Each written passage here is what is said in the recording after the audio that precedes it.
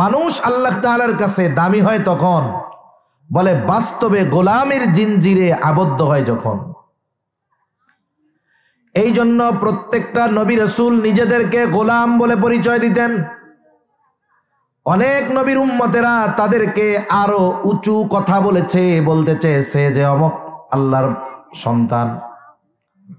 যেমন আল্লাহ তাআলা কোরআনুল কারীমের মধ্যে বলেন, ওয়াকালাতিল ইয়াহুদু উযাইরুন ইবনুল্লাহ ওয়াকালাতিন নাসারাল মাসীহু ইবনুল্লাহ।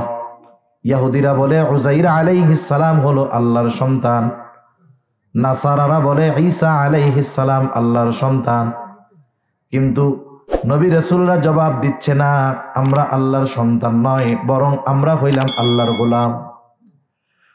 মারিয়াম আলাইহিস সালাম যখন ঈসা আলাইহিস সালামকে প্রসব করলেন, দুনিয়ায় চলে আসলেন, আল্লাহ তাআলা নির্দেশ দিলেন, মারিয়াম তুমি সন্তানকে নিয়ে এবার তোমার কওমের কাছে যাও, তোমার সম্প্রদায়ের কাছে যাও।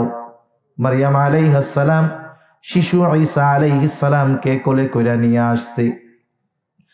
যখন এই অবস্থা তারা দেখলো যে মারিয়ামের কোলে একটা সন্তান। আরটি মিডিয়া সেন্টার, দেশ ও ইসলামের কথা বলে। মা বলবা না, চুপ কইরা থাকবা, চুপ থাকবা, তাদের কোনো কথার জবাব দিবা না। এইবার বাচ্চাটারে কোলে করে নিয়ে আসছে। যেই মেয়ের বিবাহ হয় নাই, স্বামী নাই, সংসার নাই, এর কোলে যদি কেউ সন্তান দেখে অবশ্যই ওই মেয়েটার ব্যাপারে সবাই খারাপ ধারণাই করবে।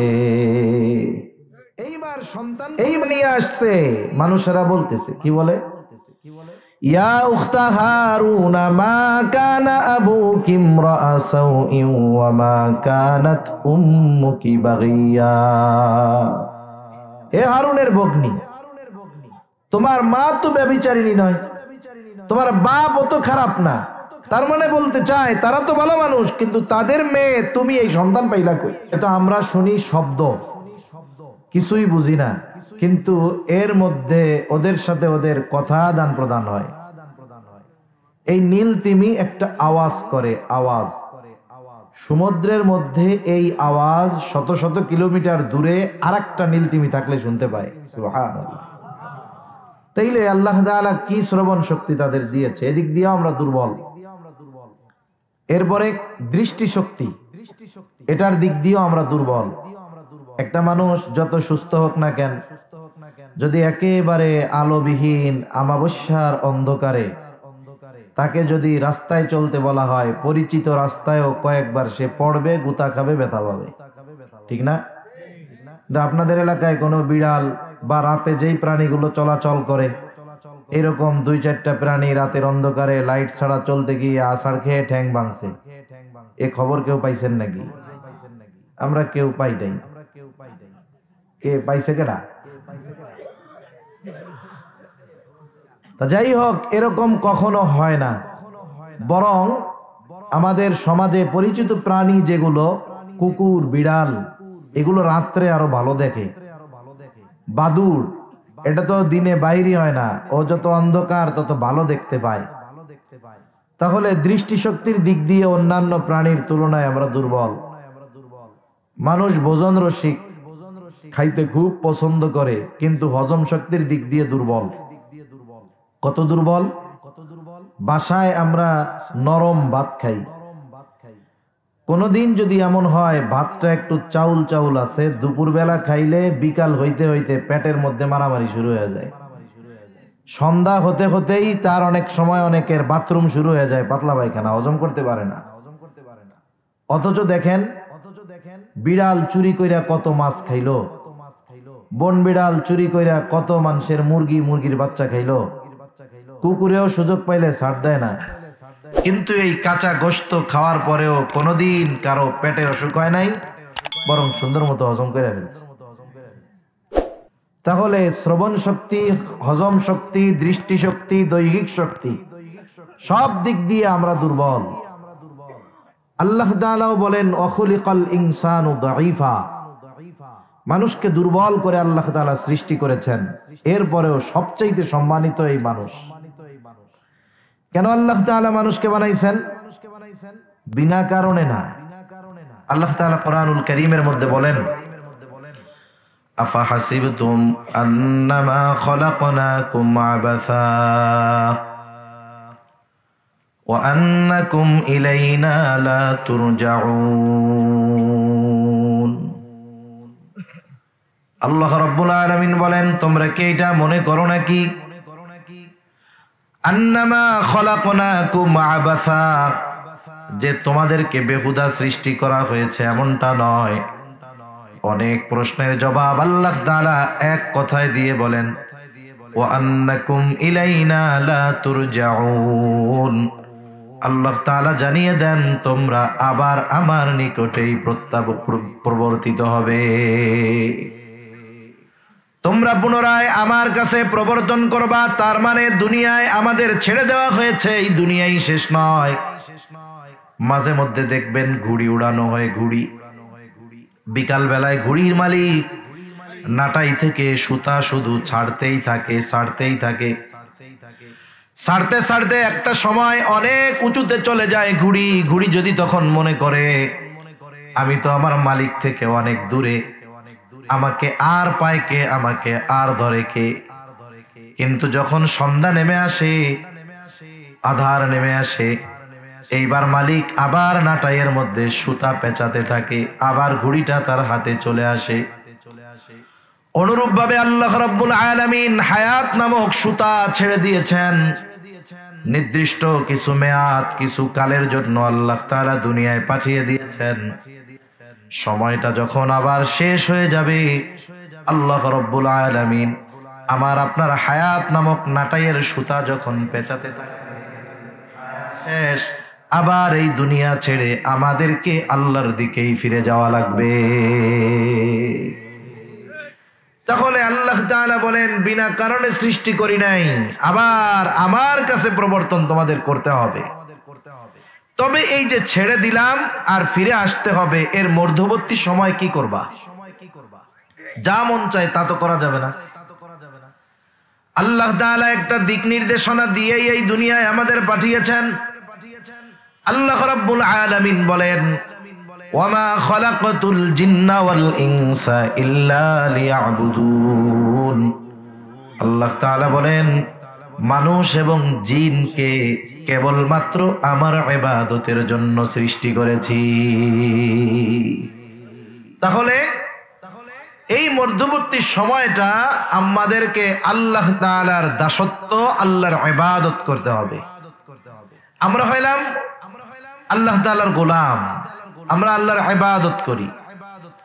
আল্লাহ সুবহানাহু ওয়া তাআলা আমাদেরকে ডাক দিয়েছেন অনেক জায়গায়, ইয়া ইবাদি, হে আমার বান্দা, হে আমার বান্দা।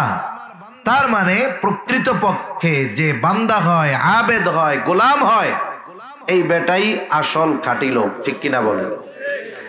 বাস্তবিক অর্থ হলো, আমরা মনে করি স্বাধীনতার মধ্যেই কামিয়াব, সফলতা, কিন্তু সব ধরনের স্বাধীনতার মধ্যে কামিয়াবি নাই, সব ধরনের স্বাধীনতার মধ্যে সফলতা নাই। এই দ্বীনের ক্ষেত্রে যদি আমরা আমাদেরকে গোলাম বানায় ফেলতে পারি, তাহলেই সফলতা। দুনিয়াও এরকম। মনে করেন আকাশ দিয়ে এক ঝাঁক সুন্দর পাখি উড়ে যাইতেছে, এক বন্ধু বলে পাখিগুলো অনেক সুন্দর, পাশের বন্ধু কয় দে 500 টাকা দে, সব তোর কাছে বেচা দিলাম। 500 টাকা না, 5 টাকা দিবেন কেউ? দূর বেড়া, এগুলো আকাশে উঠতেছে, এগুলোর কোনো দাম আছে? কিন্তু ওইখান থেকে একটা ধৈর্য যদি খাঁচায় আটকায় দেওয়া হয়, পাখিটা যদি আসলে দামি পাখি হয়, পাখিটা যদি টিয়া পাখি হয়, 500 না, কথা কইতে পারলে 5000 10,000 টাকা দিয়েও মানুষ কিনবে, ঠিক কিনা বলেন? তার মানে সব সময় স্বাধীন জিনিসের দাম হয় না, অনেক সময় আবদ্ধ গোলামেরও দাম বেড়ে যায়। দিচ্ছে না, আমরা আল্লাহর সন্তান নয়, বরং আমরা হইলাম আল্লাহর গোলাম। মারিয়াম আলাইহিস সালাম যখন ঈসা আলাইহিস সালামকে প্রসব করলেন, দুনিয়ায় চলে আসলেন, আল্লাহ তাআলা নির্দেশ দিলেন, মারিয়াম তুমি সন্তানকে নিয়ে এবার তোমার কওমের কাছে যাও, তোমার সম্প্রদায়ের কাছে যাও। মারিয়াম আলাইহিস সালাম শিশু ঈসা আলাইহিস সালামকে কোলে কইরা নিয়ে আসছে। যখন এই অবস্থা তারা দেখলো যে মারিয়ামের কোলে একটা সন্তান, আবার আল্লাহ তাআলা নিষেধ করে দিয়েছে, খবরদার আজকে তুমি কোনো কথা বলবা না, চুপ করে থাকবা, চুপ থাকবা, তাদের কোনো কথার জবাব দিবা না। এইবার বাচ্চাটারে কোলে করে নিয়ে আসছে। যেই মেয়ের বিবাহ হয় নাই, স্বামী নাই, সংসার নাই, এর কোলে যদি কেউ সন্তান দেখে অবশ্যই অবশ্যই ওই মেয়েটার ব্যাপারে সবাই খারাপ ধারণাই করবে। এইবার সন্তান কোলে নিয়ে আসছে, মানুষেরা বলতেছে, কি বলে, ইয়া উখতা হারুনা মা কানা আবুকি ইমরাআ সাউইন ওয়া মা কানাত উম্মুকি বাগিয়া। হে হারুনের ভগ্নী, তোমার মা তো ব্যভিচারিণী নয়, তোমার বাপও তো খারাপ না। তার মানে বলতে চায় তারা তো ভালো মানুষ, কিন্তু তাদের মেয়ে তুমি এই সন্তান পাইলা কই? এই কথার দ্বারা তারা দুই ধরনের লোকরা দুই ভাগে বিভক্ত হয়ে গেছে। একদল ঈসা আলাইহিস সালামের মাতা মারিয়াম আলাইহিস সালামকে অপবাদ দিতে চাচ্ছে, আর এক দল বলতেছে যে না, সে ভালো, তার খালু ভালো, তার মা বাপ সবাই ভালো, সেও ভালো, তাইলে এই সন্তান কোনো সাধারণ সন্তান হবে না, এটা আল্লাহর বেটা হইব। নাউজুবিল্লাহ। যখন তারা বলতেছে যে তোমার বাবাও তো খারাপ ছিল না, তোমার মাও তো ব্যভিচারিণী নয়, এইবার মারিয়াম আলাইহিস সালাম কথা বলা মানা আল্লাহ তাআলার পক্ষ থেকে নির্দেশ, কথা বলবা না। তার মানে তারা বলতে চায় তুমি ব্যভিচারিণী, আর একদল বলতে চায় এটা আল্লাহর সন্তান। এইবার মারিয়াম আলাইহিস সালাম ইশারা কইরা দিলেন, ফাআশারাত ইলাইহি, ইশারা করলেন যে আমারে কিছু জিজ্ঞাসা না কইরা এই বাচ্চাটারে জিজ্ঞাসা করো। একদিন দুই দিন বয়সের বাচ্চা, এটা আবার কথা কইতে পারে নাকি? পারে? জোরে বলেন, পারে নাকি? কিন্তু আল্লাহ তাআলা চাইলে পারে কি পারে না? যখন উনি ইশারা করলেন ফাশারাত ইলাইহি, শিশু বাচ্চা ঈসা আলাইহিস সালামের দিকে তিনি ইশারা করলেন, তার মানে আমারে কিছু না কইয়া ওরে জিজ্ঞাসা করো ও কে আর আমি কে। এইবার সকলে বলে ক্বালু কাইফা নুকাল্লিমু মান কানা ফিল মাহদি সাবিয়া, দোলনার শিশু, কোলের শিশু, এটা আবার কেমন কইরা কথা বলবে? কিন্তু আল্লাহ তাআলা শিশু নবী ঈসা আলাইহিস সালামের জবান খুলে দিলেন। এইবার তিনি জবাব দেওয়া শুরু করলেন, দুই ধরনের মানুষের কথারই জবাব। তিনি বললেন, ক্বালা ইন্নী আবদুল্লাহ আতানিয়াল কিতাবা ওয়া জাআলানি নাবিয়্যা। জবান খুলে গেছে দুধের শিশু, বলে আমার মা তো ব্যভিচারিণী নয়, আর আমি তো আল্লাহর সন্তানও নই, আমি হইলাম আল্লাহর বান্দা। কার বান্দা? ইন্নী আবদুল্লাহ, আমি আল্লাহর বান্দা। শুনে রাখো, আতানিয়াল কিতাব ওয়া জাআলানি নাবিয়্যা, আমার কিতাব দেওয়া হয়েছে, আমার নবী বানানো হয়েছে। তাহলে নবীগণ নিজেদের পরিচয় দিয়েছেন, আমরা আল্লাহর গোলাম, আল্লাহর বান্দা। আমাদের নবীও নিজের পরিচয় দিয়েছেন, আমি আল্লাহর বান্দা। এখন বলেন, নবীরা যেই পরিচয় দিয়েছেন, দিতে গর্ববোধ করেছেন, আমরাও পরিপূর্ণভাবে এই পরিচয় খুশি মনে দিব আমরা কার গোলাম? জোরে কোন? আল্লাহর গোলাম। দুনিয়ায় মানুষ যদি মানুষের গোলাম হয় সম্মান কমে যায়, কিন্তু দুনিয়ায় মানুষ যদি আল্লাহর গোলাম হয় সম্মান বেড়ে যায়। যখন অনেকে আছে না, অনেকের খুব তোষামদি করে, তেল মারে, কয় গোলামের ঘরের গোলাম, অমুকের গোলামি করতে তোমার ভালোই লাগে। তার মানে দেখেন, মানুষের গোলামি করলে মানুষ তিরস্কার করে, অপমানিত হতে হয়, কিন্তু আল্লাহর গোলামি যে করে তার দাম আল্লাহ তাআলা বাড়ায় দেয়। আবার দুনিয়ায় এমন অনেক উপমা উদাহরণ আছে, মানুষ যখন মানুষের গোলামি ভালো মতো করে, মনিব তারে ভালোবাসে।